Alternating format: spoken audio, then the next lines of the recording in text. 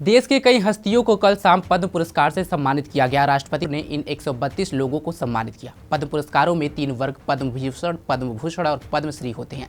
Supreme court की पहली महिला जज फातिमा बीबी को मरणोपरांत पद्म भूषण और उनके अलावा बॉलीवुड की दिग्गज अभिनेत्री बैजंती माला, त्रिंगांगना पद्म सुब्रमण्यम और अभिनेता चिरंजीवी को भी पद्म पुरस्कार से सम्मानित किया गया।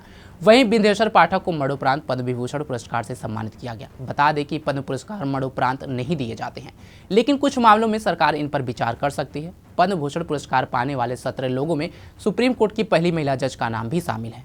कौन है फातिमा बीबी, आइए जानते हैं। नमस्कार, आप देख रहे हैं पंजाबकेसरी.com। मैं सतेंद्र शर्मा। जिस फातिमा बीबी को मरणोपरांत पद्म भूषण से सम्मानित किया गया, उन्हें सुप्रीम कोर्ट की पहली महिला जज बनने का गौरव हासिल है। इसके अलावा उनके नाम कई सारे रिकॉर्ड भी दर्ज हैं। वह उच्च न्यायपालिका में पहली मुस्लिम महिला भी थी।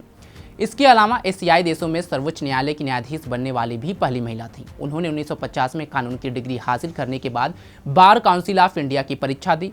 वह इस परीक्षा में टॉप करने वाली भी पहली महिला थी। उन्हें बार काउंसिल का स्वर्ण पदक भी मिला था। उनका जन्म 30 अप्रैल 1927 को केरल के पथनमथिट्टा में सरकारी कर्मचारी अन्नावितिल मीरा साहिब और खडेजा बीबी के घर हुआ था।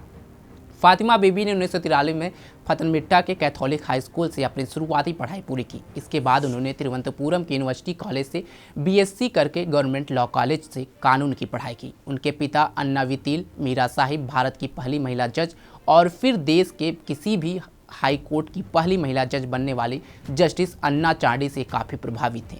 इसलिए उन्होंने फातिमा बीबी को भी कानून की पढ़ाई के लिए प्रोत्साहित किया। फातिमा बीबी ने 1950 में कानून की डिग्री हासिल कर ली। उन्होंने 14 नवंबर 1950 को केरल में निचली अदालत में काम शुरू किया। साल 1958 में फातिमा बीबी ने केरल अधीनस्थ न्यायिक सेवाओं में मुंसिफ की नौकरी शुरू की। वह 1983 में केरल हाईकोर्ट की जज बन गई। इस दौरान उन्होंने दंगा और हत्या समेत कई सत्र और दीवानी मुकदमों की सुनवाई की। वह 6 अक्टूबर 1986 को केरल हाईकोर्ट से सेवानिवृत्त हो गई।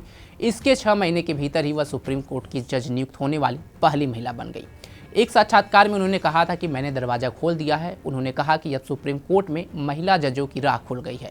उन्होंने न्यायपालिका और खासकर उच्च न्यायपालिका में महिलाओं के प्रतिनिधित्व पर चिंता जताई थी। फातिमा बीबी उच्च न्यायपालिका में महिलाओं के लिए आरक्षण की पक्षधर थी। उनका मानना था कि आरक्षण पर ज़्यादा से ज़्यादा महिलाएं उच्च न्यायपालिका का हिस्सा बनेंगी। उन्होंने कहा था कि सुप्रीम कोर्ट में नियुक्ति के लिए कई सक्षम महिलाएं मौजूद हैं, ऐसी सक्षम महिलाएं जिनकी नियुक्ति पर विचार हो सकता है। फातिमा बीबी 1992 में सुप्रीम कोर्ट से सेवानिवृत्त हो गई। इसके बाद उन्होंने 1993 में राष्ट्रीय मानवाधिकार आयोग के सदस्य और केरल पिछड़ा वर्ग आयोग के अध्यक्ष के तौर पर काम किया। वह 25 जनवरी 1997 को तमिलनाडु की राज्यपाल नियुक्त की गई। उन्होंने राज्यपाल के तौर पर राजीव गांधी हत्याकांड में 4 दोषियों की दया याचिका को खारिज कर दिया था।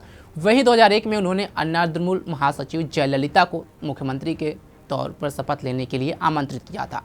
उनके इस फैसले की काफ़ी आलोचना भी हुई थी। दरअसल तब जयललिता को भ्रष्टाचार के मामले में दोषी पाए जाने पर चुनाव लड़ने से रोक दिया गया था। हालांकि बाद में फातिमा बीबी ने कहा कि भारत के मुख्य न्यायाधीश और सुप्रीम कोर्ट के तत्कालीन जजों से बातचीत करने के बाद ये फैसला लिया गया। मामला तूल पकड़ा तो फातिमा बीबी ने इस्तीफा दे दिया।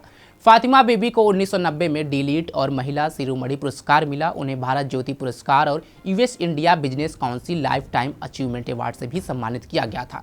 अब उन्हें पद्म भूषण पुरस्कार से सम्मानित किया गया है। ऐसे ही देश दुनिया की खबरों के लिए जुड़े रहे हमारे साथ और देखते रहे पंजाबकेसरी.com। धन्यवाद।